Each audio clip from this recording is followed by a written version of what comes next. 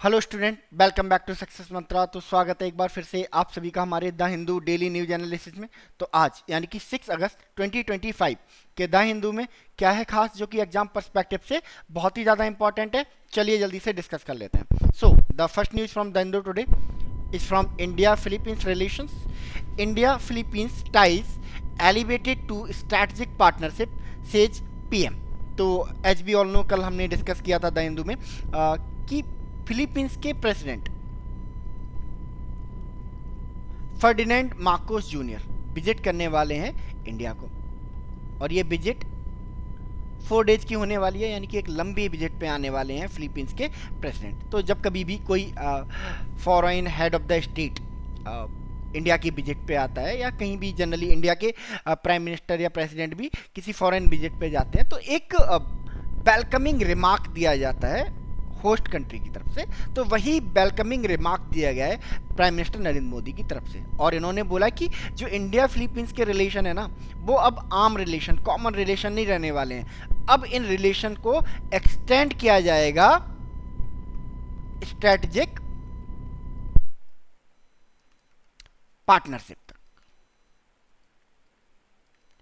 Prime minister Narendra Modi ने एक line draw कर दी, एक होराइजन बता दिया कि जो फिलीपींस के प्रेसिडेंट आने वाले हैं उनसे किस स्पैन में बात होने वाली है। तो बहुत सारे डायमेंशंस को कवर किया है। मैरीटाइम सिक्योरिटी की बात की गई है,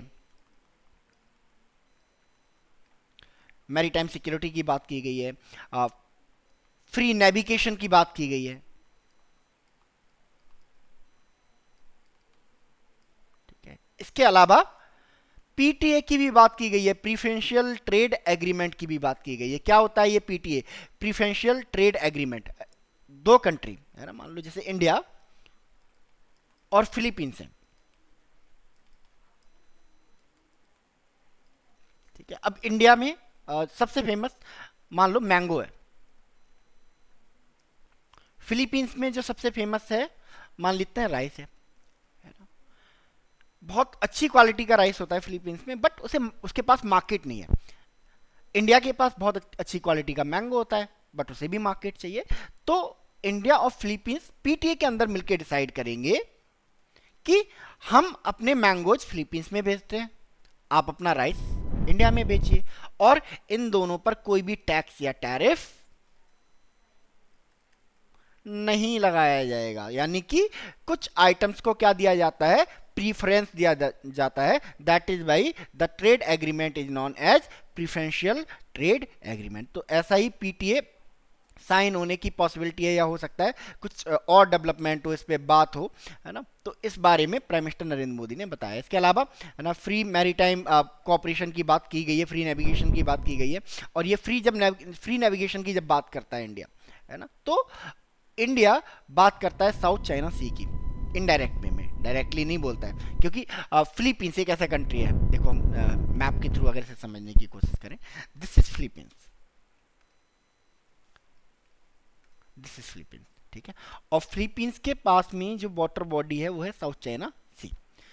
साउथ चाइना सी को लेके चाइना का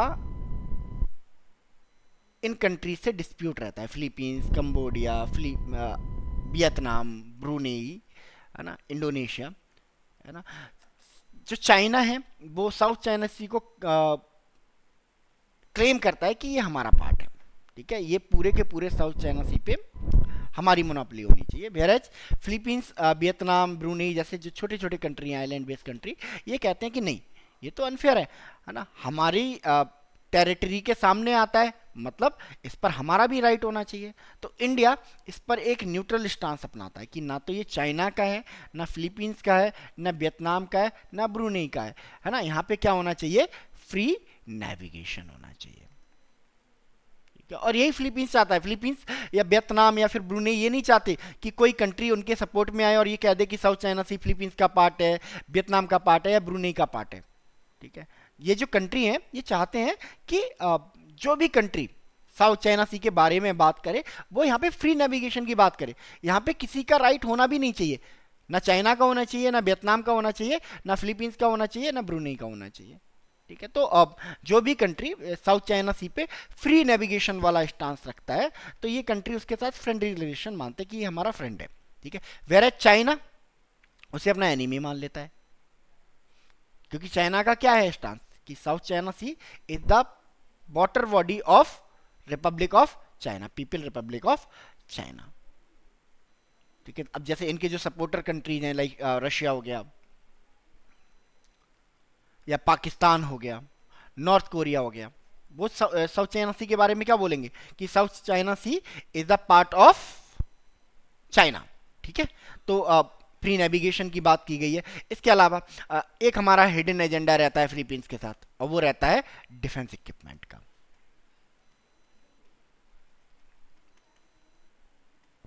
हालांकि इस पर बहुत ज़्यादा ओपनली बात नहीं होती है, ये जब ट्रेड डील हो जाती हैं, शिपिंग हो जाती है, उसके बाद पता चलता है।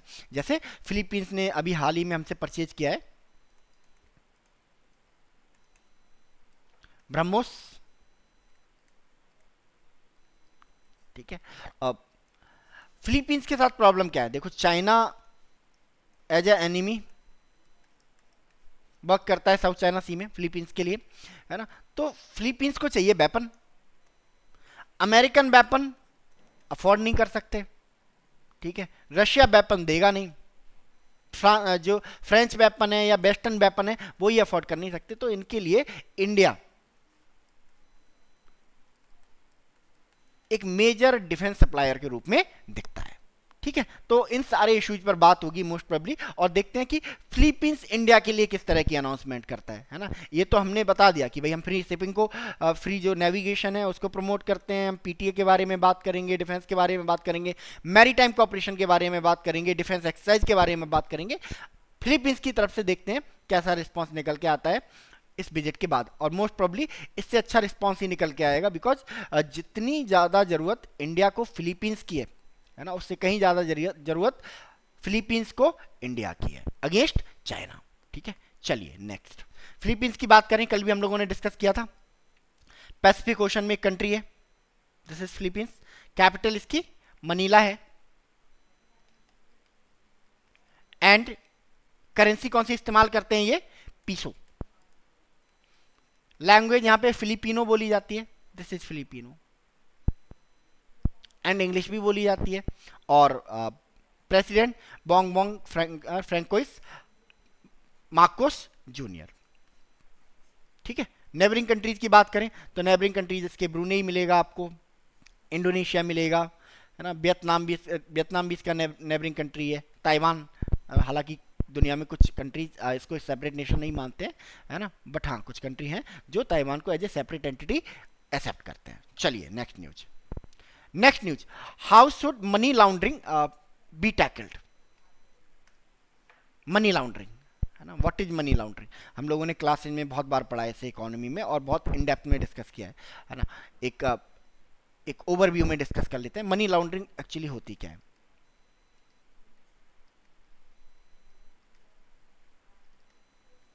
ठीक है, मैंने कोई गलत तरीके से पैसा कमाया, ठीक है, अगर मैं अकाउंट में डालूंगा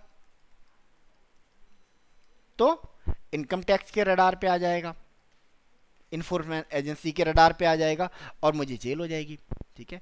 तो मैं अपने पैसे को इस तरह से ट्रिप कराऊं कि वापस मेरे ही पास आ जाए, बट इस बार जब वो पैसा मेरे पास आए तो मैं उसे बैंक अकाउंट में रखूं, है ना, या मैं किसी को लैंड पे दूं, मतलब किसी भी तरह से इस्तेमाल करूं, यानी कि वाइट लगे। मेरा पैसा क्या था पहले, ब्लैक, क्योंकि मैंने गलत तरीके से कमाया था, ठीक है। तो ब्लैक मनी को इस तरह से प्रोसेस करना, इस तरह से ट्रिप कराना कि वो व्हाइट मनी लगने लगे, इसी प्रोसेस को क्या बोला जाता है, मनी लॉन्ड्रिंग बोला जाता है, ठीक है। मनी क्योंकि पैसा, लॉन्ड्रिंग क्या होती है ना, लॉन्ड्रिंग वर्ड जो है लाउंड्रोमैट से आया है, लाउंड्रोमैट। लाउंड्रोमैट एक बैन होती थी, आपने देखा होगा जो एटीएम में कैश डालने आते हैं, कि स्पेशल तरह की बैन होती है, उसको लाउंड्रोमैट बोला जाता है। लेटर ऑन क्या होने लगा, इस लाउंड्रोमैट का इस्तेमाल किसके लिए होने लगा, क्राइम के लिए होने लगा, ठीक है, तो यहीं से वर्ड आया लाउंड्रोमेट। और जब ये गड़बड़ी पैसों के मामले में होने लगी, देन इसको क्या बोला जाने लगा, मनी लॉन्ड्रिंग बोला जाने लगा। तो अभी मनी लॉन्ड्रिंग को लेके बहुत डिबेट चल रही है पार्लियामेंट में, specially in Rajya Sabha. Finance minister से पूछा गया कि कितने केसेस रिपोर्ट हुए हैं मनी लॉन्ड्रिंग के। ठीक है, तो इन्होंने एक डेटा दिया, इन्होंने कहा 5892 केस रजिस्टर हुए, जिसमें कन्विक्शन कितने का हुआ, 15 का हुआ। ठीक है, तो ये शॉक करने वाला था कि केस तो रजिस्टर हो रहे हैं 5892 से ज्यादा, बट 15 को कन्विक्शन हो रहा है। ये अपने आप में क्या है, सरप्राइजिंग है। ठीक है, अब इससे दो चीजें हम कंक्लूड कर सकते हैं, या तो जो हमारी जो इन्फॉर्मेशन एजेंसीज हैं वो सही से काम नहीं कर रही हैं, या फिर जो करप्शन करने वाले हैं, जो ब्लैक मनी कमाने वाले लोग हैं, वो बहुत ज्यादा स्मार्ट हो गए हैं।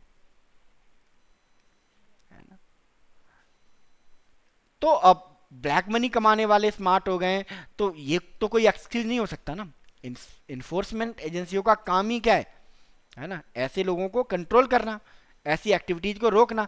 इसके लिए हम ये एक्सक्यूज नहीं दे सकते कि नहीं जी ब्लैक मनी जो जनरेट करते हैं, जो मनी लॉन्ड्रिंग करते हैं, वो लोग स्मार्ट हो गए हैं, इसलिए हम इन लोग को कन्विक्ट नहीं कर पा रहे हैं, है ना। हमारी इन्फोर्समेंट एजेंसीज को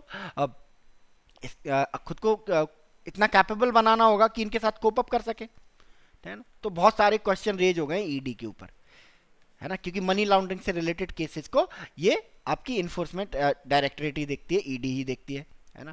क्रिटिसिज्म होने लगा कि आप बस पॉलिटिकल पार्टीज के जो नेता हैं उनको आप हरास करने के लिए हो, आपसे जो आपका रियल काम है वो तो हो ही नहीं रहा है। ठीक है, दूसरा डिबेट शुरू हो गई, जो PMLA है, prevention of money laundering act 2005, क्या इसमें कुछ रिफॉर्म की जरूरत है। ठीक है, और मनी लॉन्ड्रिंग को रोकने के लिए और क्या क्या स्टेप लिए जा सकते हैं। तो हाँ, PMLA में कुछ सुधार की जरूरत है, ईडी को और एफिशिएंट बनाने की जरूरत है, और PMLA का स्पैन बढ़ाने की जरूरत है। लाइक जैसे बहुत बड़ा सेंटर माने जाते हैं मनी लॉन्ड्रिंग का एनजीओज, तो एनजीओ को ओपनली इसके स्पैन में लेके आओ, है ना। इसके अलावा रिलीजियस ट्रस्ट, भले ही टैक्स नहीं लगा सकते, बट स्पैन में तो आने चाहिए, ईडी के PMLA के स्पैन में आने चाहिए, सो दैट, है ना, क्योंकि इसमें भी कोई दो राय नहीं है, जो रिलीजियस ट्रस्ट हैं वो भी मनी लॉन्ड्रिंग का एक बड़ा सोर्स बन के उभर रहे हैं। ठीक है, एनजीओज, इसके बारे में तो करंट गवर्नमेंट भी बोल चुकी है कि एनजीओज कैसे टेरर फंडिंग में अपना रोल प्ले करते हैं। इसके अलावा मनी लॉन्ड्रिंग में इनका क्या रोल है। तो इन चीजों को, है ना, अगर ये सारे प्रोविजंस कर दिए जाएं, है ना, तो शायद मनी लॉन्ड्रिंग को रोका जा सकता है। ठीक है, चलिए next. The next article is from necropolitics, एक नया term, who is allowed to live and who may die. ठीक है, नेक्रोपॉलिटिक्स,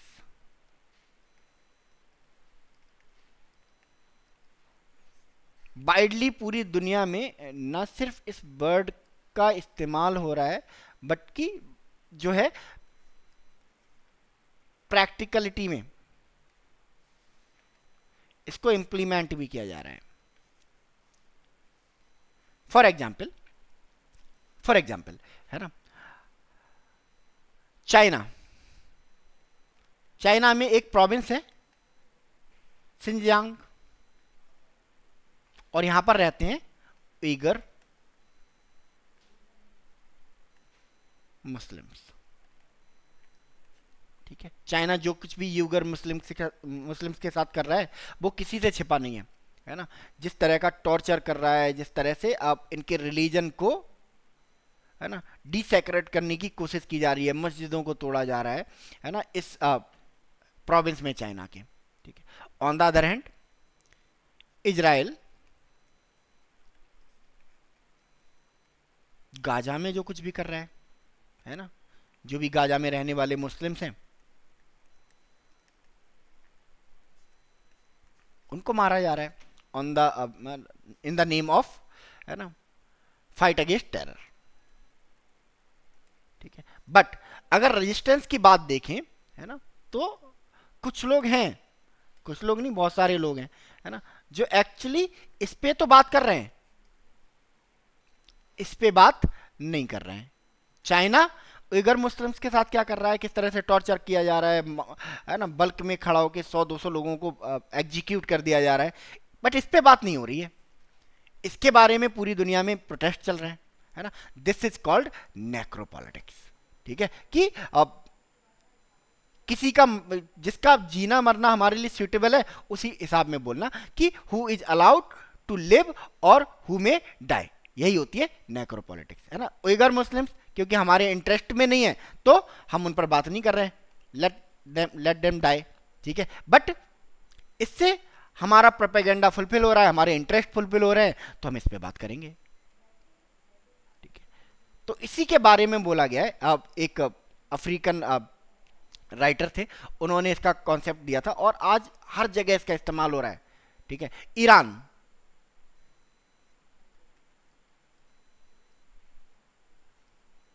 ईरान इजराइल कॉन्फ्लिक्ट चल रहा था। इजराइल ने ईरान पे बहुत सारे रॉकेट फायर किए, फाइटर जेट से हमला किया, बहुत सारे लोग मारे गए, ठीक है। बट पूरे वर्ल्ड में कहीं भी एक आउटरीच दिखाई नहीं दी। देन ईरान सेम करता है, अटैक करता है इजराइल को, और क्या होता है, पूरा जो वर्ल्ड मीडिया है वो इजराइल के फेवर में आके खड़ा हो जाता है, कुछ लोग मारे जाते हैं इजराइल के, है ना, सिटीज पर जब मिसाइलें आके गिरती हैं, है ना। दिस इज कॉल्ड नेक्रोपॉलिटिक्स, है ना। मतलब एक का मरना तो आपके लिए सूट करता है ना, बट दूसरे का मरना सूट नहीं करता, तो आपकी जो सिलेक्टिव आउटरेज है एक्चुअली दिस इज कॉल्ड नेक्रोपॉलिटिक्स। तो इसी के बारे में बताया गया है कि कैसे ये नेक्रोपॉलिटिक्स है पूरी दुनिया में जो ह्यूमैनिटी है उसको किल कर रही है, एंड जो बायलैटरल रिलेशंस हैं बिटवीन सोसाइटीज, है ना, बिटवीन कंट्रीज, बिटवीन स्टेज, उनको भी डिसरप्ट कर रही है ये, ठीक है। चलिए नेक्स्ट टॉपिक की तरफ मूव करते हैं। Next news, Trump says he will hike tariff on India over next 24 hours, ठीक है। This man is going crazy, ठीक है। टैरिफ लगाए थे इन्होंने अभी कुछ दिन पहले इंडिया पर, 25% टैरिफ लगा दिए, और स्पेकुलेशन क्या था कि इंडिया अपनी नीज पर आ जाएगा और सरेंडर कर देगा हमारे सामने, बट ऐसा कुछ हुआ नहीं, है ना। इन्होंने फिर बाद में इंडिया को डेड इकोनॉमी भी बोला, हमने फैक्ट के साथ जवाब दिया इन्हें कि भाई, है ना, हमारी इकोनॉमी को डेड कैसे बोल सकते हो, हम दुनिया की 4th लार्जेस्ट इकोनॉमी है, दुनिया की सबसे फास्टेस्ट ग्रोइंग इकोनॉमी है, तो आपके जो फैक्ट एंड फिगर्स है ना वो गलत है, ठीक है। उसके बाद ये और इंडिया को अटैक करने लगे, है ना, और इंडिया को इन्होंने लगा कि भाई इंडिया धीरे धीरे मतलब नीच पर आ जाएगा और ट्रेड डील नेगोशिएट कर देगा, बट इन्हें ऐसा होता हुआ दिखाई नहीं दे रहा है। अब इन्होंने अनाउंस किया कि 24 आवर्स के अंदर इंडिया पर और टैरिफ लगा दिए जाएंगे, ठीक है। जब पूछा गया कि क्यों लगाएंगे, उन्होंने कहा कि अभी तक रशिया से ऑयल परचेज कर रहे हैं, ठीक है। इसे ट्रंप की मैक्सिमम प्रेशर पॉलिसी भी बोला जाता है, एमपीपी, मैक्सिमम प्रेशर पॉलिसी, यानी कि किसी कंट्री पे इतना प्रेशर डाल दो, इतना प्रेशर डाल दो कि वो आपके आगे लिटरली सरेंडर कर दे। सबसे पहले डोनाल्ड ट्रंप ने पावर में आने के बाद इस पॉलिसी का इस्तेमाल सबसे पहले ईरान पे किया था, ठीक है, बट अब इंडिया पे कर रहे हैं, है ना। बट भूल रहे हैं कि वो ईरान था, बहुत समय से सैंक्शन है, उसके बाद भी सर्वाइव कर रहा है वो कंट्री, है ना, तो वो इनके सामने झुक सकता है, बट इंडिया इनके सामने क्यों झुकेगा।